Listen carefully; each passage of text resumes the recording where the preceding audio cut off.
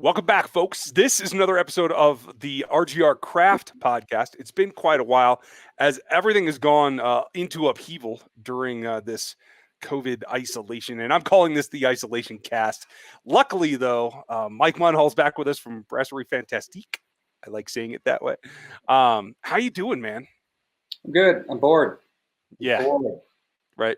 I've been in this basement for 6 weeks now. What is it? I don't know. I'm bored. I want out. I mean, I got my beer, so I'm good, but right.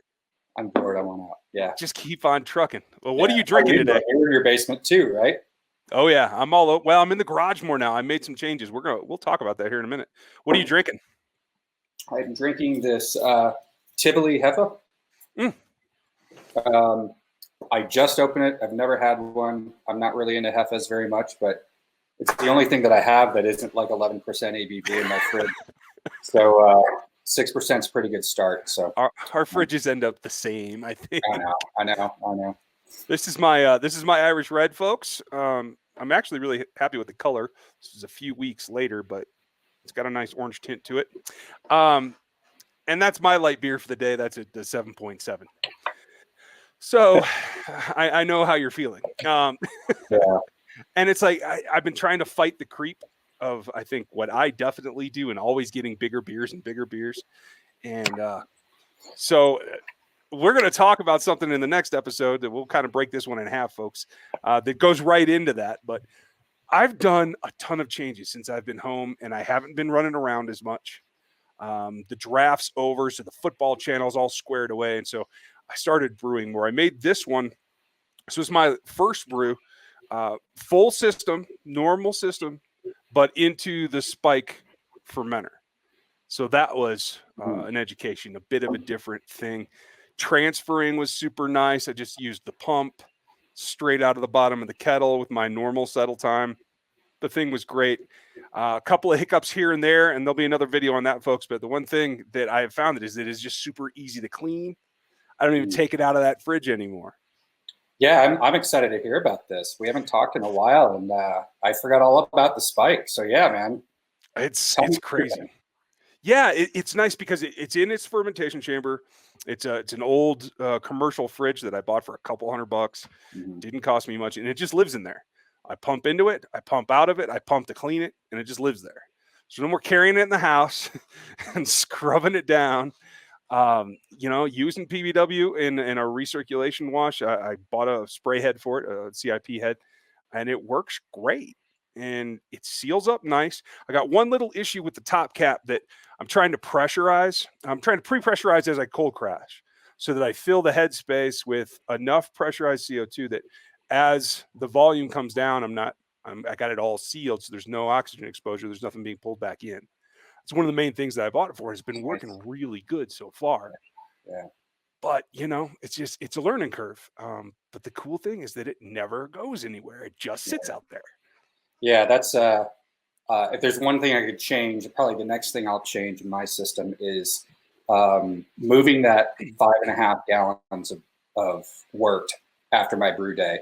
Nothing sucks worse than having to pick that thing up from my garage, carry it downstairs, and then lift it back up onto the stand where I keep my my fermenter, right? But I carry it, right? Because that's just what I have right now. But it is dangerous too, Yeah.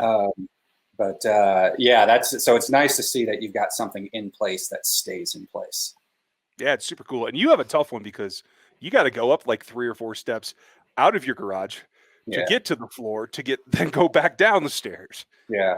Well, I mean, the other thing that's nice though, that when I do get around to it is where I brew in my garage, or if I were to brew outside of my deck, with the Grainfather, I'm flexible. I can go anywhere, right? It's nice. Yeah.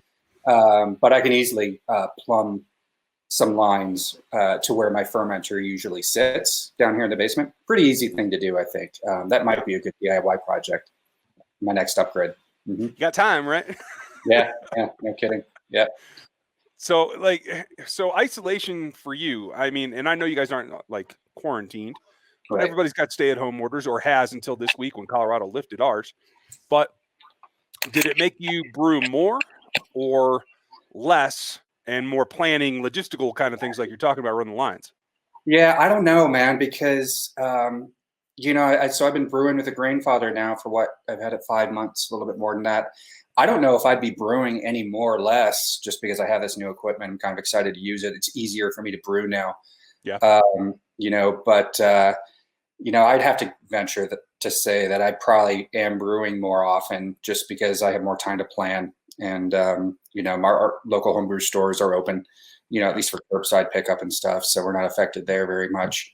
So yeah, I don't know if I've been brewing any more or less. I can tell you I've been probably drinking a lot more. Me too. It's my bigger worry than brewing is our local small breweries, right? They're struggling. Yeah. I don't think that many of them are going to be able to last more than a couple more months of this, if that much. I admit I haven't done my part and like gone and had any curbside growler fills or anything like that, right? I probably need to be doing that. We all need to be doing that. But yeah, I don't know. How about you, Ryan? Are you brewing more? Are you brewing less? Well, I have the excuse that I'm trying out all kinds of new equipment. Sure. Yeah. So two brews on the full system into the new Spike for all the things around cold crashing, but honestly, fermenting at pressure, trying to maintain. I got a spunning valve, so now I think my last one I just kept it at about 5 psi, just to let it kind of have that pressure, keep it clean, and I like that. I'm going to do that on the next barley wine recipe. And I got the PicoBrew. It's going to be a whole series because it's all in turmoil. PicoBrew, like literally 3 days after I bought it, announced that they were closing down operations and they were being sold. They've been sold, and all their assets have been sold off. So this might be my challenge going forward to keep it from being a paperweight after I spent all that money on it. Yeah. But the nice thing is they released some new software, so it's got a manual brew option. It's not just the automated, but I bought it for the automated, like you have with the Grainfather, so that I can do some things. It's lower volume. It does 3-gallon batches, which I think is fine. Yep. And you just do that. Just do that on your kitchen counter, right? Yeah, it uses a 5-gallon keg as a boil vessel. Recirculates everything into the heater, and it's constantly flowing, just like it is recirculating mash. Yeah. So it's the same concept. As long as your pumps are good and you maintain them, you keep them clean, you're going to be in good shape. How big is it? It's probably twice the size of my coffee machine. It's good. It's a countertop device, but it's pretty good size. Okay. And this is the Z1. This is the biggest of the ones that they made. So you have that kind of thing going for it. But the nice thing is that for me, I'm constantly experimenting with hot combinations and grist bills that I want to tweak a little bit. So I need that quicker turnaround. Right. So I'm excited about it. I've been brewing. You also don't have it. You don't have as much control with a PicoBrew that you would with your own equipment or anything like that, right? I mean, it's pretty much add the ingredients, press the button, go. I don't want to call it the Keurig of brewing system. Probably a little bit better than that. Well, there is that option for the lower end models where you just they send you a pack and it's a recipe and you press go. For me on the Z1, it's their professional brewery one where you're setting your mash temps and your times, and it's basically like you do with the Grainfather, where you're setting it step by step to your specs. Now, checking it's still a different thing, getting pH readings, that kind of thing, when it's in the middle of doing its thing and circulating all this hot water, that's a little bit difficult. But so you don't have quite the finite control that you have on an open system. Yeah. But it's great if you just want to whip up a test batch. Yep. And you don't want to put a lot of effort into it. That's fantastic. Can you do smaller batches than 3 gallons? Oh yeah, so you can go all the way down to a gallon. That's fantastic. That's really great. Yeah. So it's a lot of experimentation, quick turnaround. At the rate that between the oxygenation that I'm getting with the wand into the fermenter, and I'm still using, even on the smaller batches, I'm still using the Spike Conical. So it's a nice setup. It's temperature controlled. Throw some oxygen at it, let it rip. And I'm getting batches turned around in 10 days, ready for carving. So It's nice. It's making me faster. Yeah. That's great. Now, when you got into the Grainfather, we talked on one of these when you first got it, and you were real happy with the first go. How's the tweaking gone and learning how that system works? You know what? It's still a really good system. Now that I'm getting more familiar and more intimate with it, I'm finding those little things that bother me. My only real complaint now that I've used it 5-6 times, something like that, a little bit more, is the filter always gets clogged up. It's either the filter or there's a valve on the recirculation pipe that has a little spring and a ball in there. And as you're recirculating, a small amount of hop sludge will get in there and that'll clog that valve up. Between that valve and when I'm transferring wort during cooling to the fermenter, inevitably one of the two things, either the filter or that valve, will get clogged to the point where it'll take me like an hour to transfer. Right, and it's pretty annoying. I did some research on the internet. I tried a few different things. I don't know if you remember this, but the Trube Trapper. Yeah, right. So I had this on my old system, and it didn't work on there either. It didn't really work on the Grainfather either. And I don't think it's the Trube Trapper. I think it's a user error. I don't think I'm not getting a good enough whirlpool to get a nice cone settled in the middle into the Trube Trapper, right? I think if I did, it would be perfect, right? But I just can't get it. I just can't get that cone to form. So my first attempt was actually with the hop spider. I'd been using the hop spider, just dipping, in the boil. But the Grainfather doesn't have a vigorous enough boil to really get those hops churning in there. Yep. So your utilization drops, and it kept the hops from reaching my filter and clogging up the filter. But it's just not much utilization, and I'm questioning the value of that hop spider. So anyway, the Trube Trapper was my second attempt. Like I said, I just couldn't get that cone to set. So like half of those hops were on the outside of the Trube Trapper, half of the sludge and the other stuff was in the middle. And that worked a little bit. But so my third attempt was this false bottom. Funny enough, this is the Brew false bottom. Oh, really? And it just happens to fit perfectly in a Grainfather. I mean, like just maybe not even half a millimeter of gap on the edges. Wow. It's perfect. It really is. Is that a rolled edge or is that raw? Do you have to put a gasket on it? No, that's perfectly rolled. Nice. Really nice. So it has this little ring here, so you can actually lift it and stuff, but you have to take that off because the grain basket, when you're mashing, will sit on top there, but that's not a big deal. But this actually worked, right? So there was, these holes are big enough. You still get some hop and other sludge go through there. Mm-hmm. But you're not just, the whole filter isn't getting gunked up underneath, right? So it really worked. So I was able to, like I said earlier, it was taking me about an hour to move that wort, just 5.5 gallons. That's not a lot, just because the pump was having just to work so much and pumping so slowly. But I went to like a 20-minute transfer. Wow. With that. So I'm going to stick with that and see how that goes.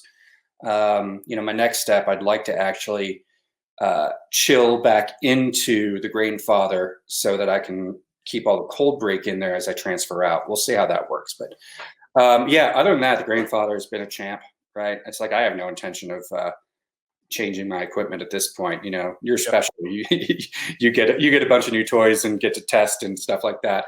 I'm happy with what I got, right? I just want to make 5 gallons of beer every month or so, and I'm good. So I'll stick with the Grainfather. But now that I've settled this this clogging issue, I'm a lot happier, right? There's a couple other little things that'll dial in here and there, but that was the big one.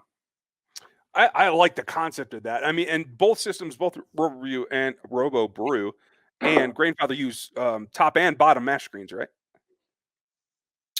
Yes. Well, actually, I don't know about the RoboBrew. I mean, there's definitely top and bottom on the Grainfather. Okay. So did you replace that one? What? So was that a replacement of the Grainfather, or did you use that in addition? No, I use it in addition. The Grainfather did not come with any sort of false. Well, actually, there's a basket on the Grainfather, right? You fit that basket in. It has a bottom on there. But when you sparge, you lift that basket up, you sparge, and then you take it out and dump your grains. Mm-hmm. But that it's not really a false bottom; it's a bottom on the basket. It acts the same way, right? For sure. This false bottom here, I don't know exactly how the RoboBrew works, but but it just stays in there during the boil and everything else. That's awesome. Yeah. And you have the original size Grainfather. How do you like how it does with the step mashing that I know you're doing? Oh yeah, it's brainless, right? You program it in, and you don't have to program it in. You just manually use a control. But yeah, step mashing is great. I'm going to do that on my Belgian ales, on any beer that has less modified malts, like my triples. But yeah, it's a champ. I mean, step mashers are a piece of cake, and it's nice because it actually, each step reaches the temperature really quickly, right? Oh yeah, 5-10 minutes max. Between like 127 and 145 degrees. It's pretty quick, so you're not sitting around. And I mean, of course, it adds time to your brew day, but it's not terrible. Well, yeah, and again, it's an automated process at that point. So, do you find that there's temperature drift in your steps, that it has to fire more or anything like that? No, it's pretty good. Once it reaches that temp, it stays there. It might drop maybe 1 degree or go up a degree, but no, it's pretty solid. That's really interesting. I think we're gonna have to do a barley wine on yours and combine all of these. We should, because I kind of think that's what I want to do next. Oh, really? Okay, because I got a plan. All right. And we can probably touch on this right now. I mean, my plan is I'm going to do the base wort with probably 60% of the grain in my big full-on system, and then just reiterate it over the other 40% during the actual mash.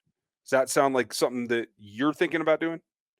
That's actually what I wanted to talk to you about. This will be a big test for the Grainfather, right? Because I think I can have up to maybe 19 and a half pounds of grain in a mash. It's not going to be enough for 5 gallons of barley wine. Right. So yeah, I was going to do exactly what you just mentioned, right? I've been wanting to try this. What is it called? Reiterated mash. Mm-hmm. Is that what it's called? Well, to check on that. I always call it double, but everybody's got their term. Yeah. So yeah, mash, and then replace your grains, and then mash again in that first wort. Yeah. I want to try that, right? So the other option, if you really want to get a higher gravity wort, something that I feel is perfectly fine, is do the biggest mash you can, and then add some extract. Right? I mean, if it's just base malts, a pale malt or 2-row, whatever it is, then why not? I mean, it's not as ideal, but for schmoes like me, I'm not going to notice much difference if 20% of my grain bill is from extract and the rest is from actual grain. I'm not going to really notice, right? So it's the poor man's way of higher gravity. Well, and it's also, you can replace your base grains in your actual mash, and just mash your specialty grains and get all that flavor concentrated. Yeah, you can do it that way as well. Yep. I'd be interested to see what the difference is back and forth. We're going to have to try a couple of things, because I've been screwing around with the concept of how I can do a barley wine on the Pico. And my goal here is I'm going to first do the mash in my regular mash tun, which is controlled, folks. I use an induction mash controller so that I can hit the steps.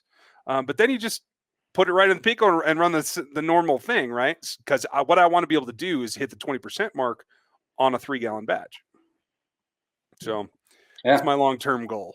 Yeah. Do you think you can do a 3-gallon batch? I think I can, especially if you get the first with the open container, the regular mash done correctly. I think you can get 75% of your OG done there. Hit your specialties through the automated process and just kind of let it roll. So it's going to be an experiment that's going to take a few go rounds, but I'm excited about it. Yep. Get after it, boy. Yeah, right. I mean, so I've run into a couple of hiccups here and there with all the equipment. And folks, I'm going to have series on both the Spike and on the Pico and everything that's coming. But so have you done anything else special to the Grainfather that has either tweaked your process or tweaked your equipment other than the false bottom?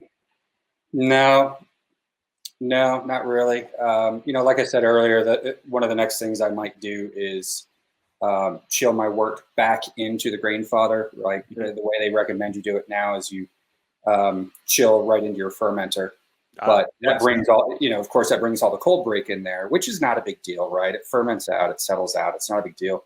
But, I like to have the cleanest work that I can when I pitch my yeast. So I may experiment with that, right? Other than that, I mean, I'll experiment with chilling back into the Grainfather and then transferring the cool wort after that, and hopefully keep that between the false bottom and the filter, keep most of that cold break in the kettle. Yeah, leave yourself a little bit for nutrients and whatnot, right? Yes, exactly. So we'll see how that goes. I don't know. That's not the biggest thing in the world, right? The only tweaks I've really made is just using this false bottom, and the other experiments I've done. But I don't really plan on doing too much more after this. I think it does what I want it to do. It works just fine. Yeah. Hey, I'm glad you're happy. I'm always tweaking something, so I'll just keep tweaking. But it seems like I like that when you find what you're going to stick with, you're going to stick with it and make it perform at its best. So, if you have any advice for people who are thinking about the Grainfather, is it having to do with giving yourself that time to get used to it, or do you have any other pieces that you could give us? No, it's pretty easy to use, right? You set it up. I mean, there's even instructions on the app as you're brewing, right? The app connects to the controller via Bluetooth, and it'll even tell you what you need to do, like add grains and stuff. If there's any tips that I would say you would probably want to do, when you get it, you'll want to run a cleaning cycle. That's actually kind of your first brew, right? Your your PBW. That gets you used to the controls and how it actually works. So run that cleaning cycle. That's kind of your first brew, your practice run. Other than that, the only thing I'd recommend, I mentioned earlier that in the recirculation pipe, there's that valve that you can shut on and off to keep that things from flowing. Inside there's a spring and a little ball that function as kind of a safety mechanism. If you leave the valve open but don't have anything connected to it, it stays closed until that thing's connected, right?